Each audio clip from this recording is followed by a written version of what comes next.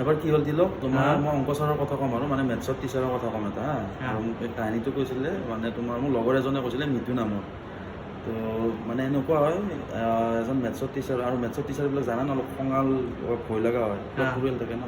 তো এদিন কি হ'ল তোমাৰ মেথছৰ টিচাৰ এজন স্কুলত যোৱা নাছিলে, তাৰ কাৰণে ষ্টুডেণ্টবিলাকে কি কৰিলে গধূলি লগ হৈ পিনে ফোন কৰিছে যে ছাৰ আপুনি কিয় নাহিলে। তেতিয়া আৰু সেই ছাৰজনৰ ৱাইফে ৰিচিভ কৰিছে ফোনটো, ৰিচিভ কৰি কৈছে যে তোমালোকৰ ছাৰ নাই, ছাৰ ঢুকালে ৰাতিপুৱাতে, সেইটো কাৰণে স্কুল যাব নোৱাৰিলে। তাৰপিছত কাটি দিলে ল'ৰাকেইজনে ফোনটো। তাৰ 10 মিনিটমান পিছত আকৌ ফোন মাৰিছে, ফোন মাৰি পিনে আকৌ সুধিছে যে ছাৰ মেম ছাৰ নাই নেকি।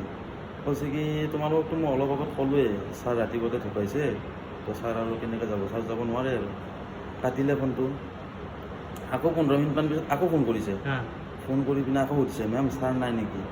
কৈছে কি তোমালোকতো মই কৈছোঁৱে ছাৰ ঢুকাইছে, তো ছাৰ নাই আৰু, তোমালোকৰ ছাৰ আৰু নাযায় আৰু স্কুলত।